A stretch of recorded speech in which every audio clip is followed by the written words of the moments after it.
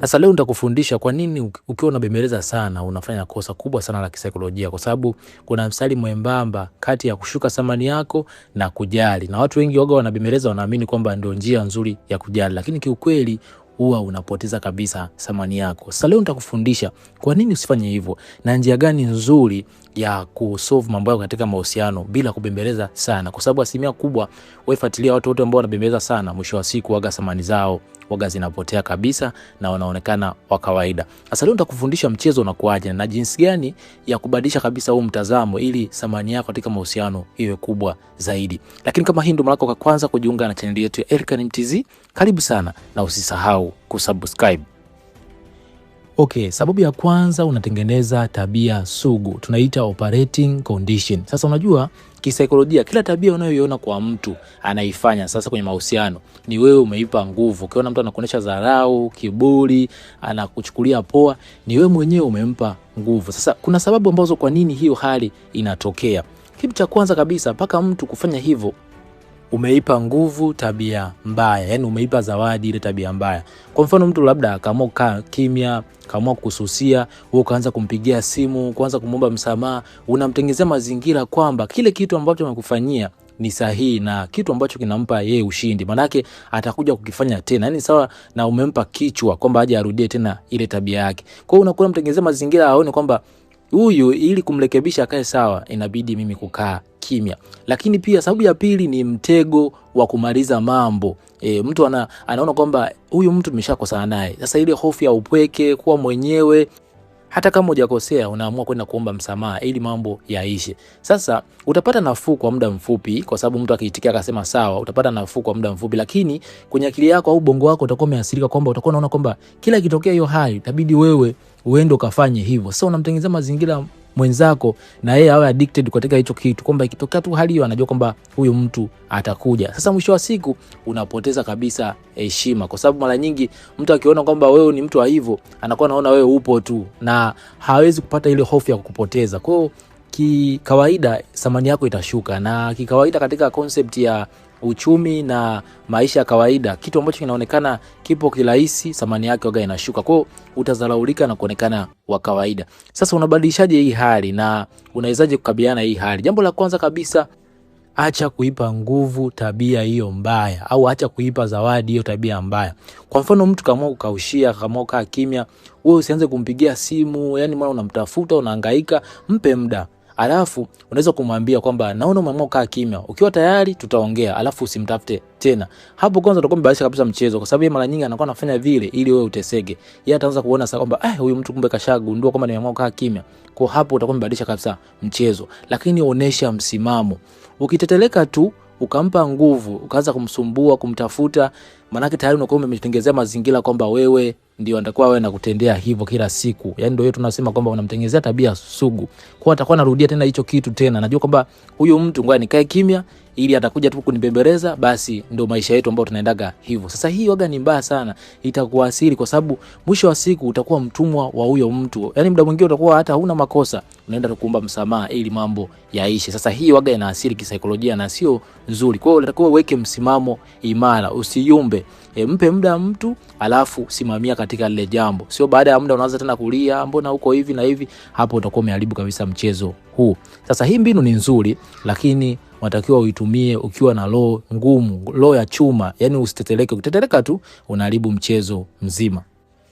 Sababu ya pili, unapoteza mvuto wa thamani. Sasa hapa ndio inakuja concept ya scarcity principle. Sasa unajua katika saikolojia ya uchumi na mahusiano kwamba kitu chochote ambacho kinapatikana kwa urahisi thamani yake huwa inakuwa haipo kabisa, lakini kile kitu ambacho ni kigumu kupatikana thamani yake inakuwa juu. Ndio maana dhahabu uwezo kuipata kwa urahisi hata mtaani sehemu yote, inapatikana sehemu ambazo ni mbali paka watu wachimbe, ndio maana thamani yake iko juu. Lakini mawe kila sehemu yapo. Sasa hii inakuja kwenye concept ya kubembeleza. Unapokuwa unabembeleza sana, unakuwa unatoka kwenye ile hali ya mvuto, unaenda kwenye ile hali ya kupatikana muda wote, yani kuonekana rahisi, na mtu anakutake view for granted, yani unakuwa unaonekana wewe ni rahisi kupatikana. Sasa hiyo yoga inashusha kabisa thamani yako. Sasa kuna vitu pia vya msingi ambavyo huwa vinaharibu kabisa thamani yako kwenye hii concept ya scarcity principle. Sasa jambo la kwanza kabisa, unatengeneza utabiri unaojulikana.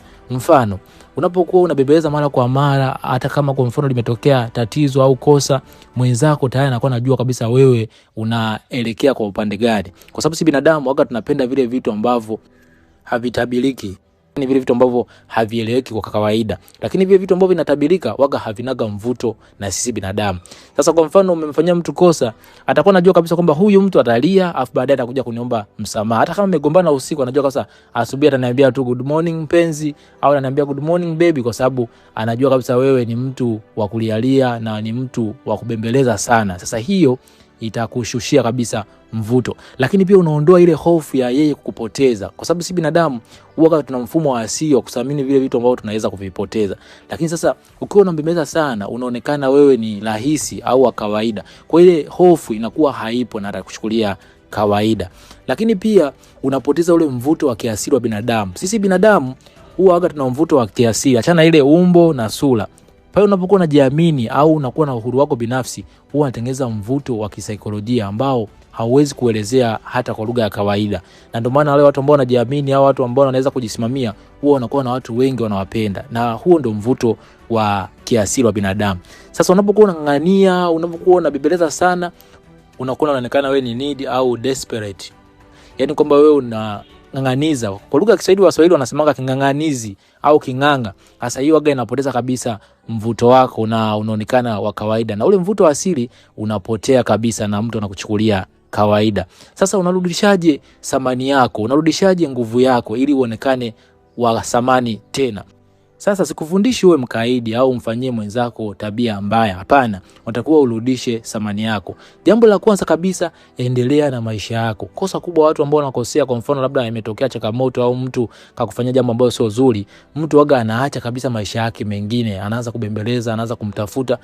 Hapo ndio unakuwa umekosea kabisa. Endelea na maisha yako. Usisubiri furaha yako ikaamliwa na mtu mwingine. Kama ulikuwa na ratiba ya kuendelea na marafiki zako, mazoezi au kusoma, huo ndio muda sasa unatakiwa uendelee na maisha yako, na unatakiwa umpe muda mwenzako. Unapoendelea kungangania, kumbembeleza au kuendelea kuongea naye sana, kumtafuta, unapiga simu 50, tayari utaonekana wewe ni rahisi na thamani yako itashuka.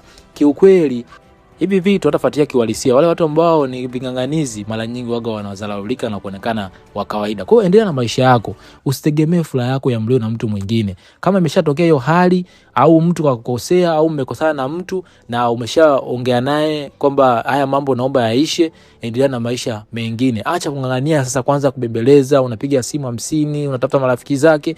Hapo unakuwa mtengenezea mazingira mwenzako kuona kwamba wewe ni mtu ambaye ni rahisi au ni mtu ambaye anatakiwa kufanyia hivyo tena kwa mara nyingine ili wewe ukae kwenye mfumo ambao yeye anataka. Kwa mfano labda imetokea changamoto na ukaona kabisa wewe umemkosea, muombe msamaha, alafu weka msimamo. Usianze tena kurudi naomba unisamee. Umeshasema mara ya kwanza naomba unisamee. Kaa kimya, mpe muda mtu. Unaweza kumwambia naona umeamua kukaa kimya zaidi, ukipata nafasi naomba tuongee.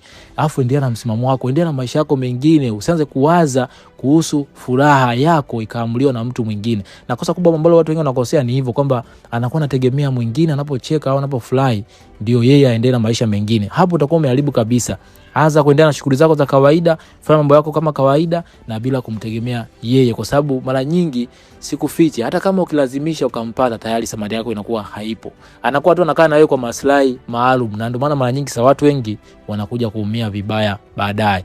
Watu mara nyingi wakati tunathamini vile vitu ambavyo havipatikani kwa urahisi. Sasa unapokuwa unapatikana kwa urahisi kwenye mambo ambayo hata hayana thamani kubwa au hayana sababu kubwa, unamfundisha mwenzako kukuchukulia vile ambavyo wewe umemtengeneza, na atakuwa na dharau kwako na atakuona wewe wa kawaida, na hiyo itaondoa kabisa mvuto wa kimapenzi kwake. Sababu ya tatu ni kuondoa mstari wa mipaka yako, yani boundary erosion. Sasa usipokuwa na mipaka katika mahusiano au katika jambo lolote, unakuwa unamfundisha mtu kuchukulia vile ambavyo anataka yeye, kwa sababu mipaka ndio inakusaidia wewe kumzuia mtu asizidi pale ambapo hatakiwi kuzidi.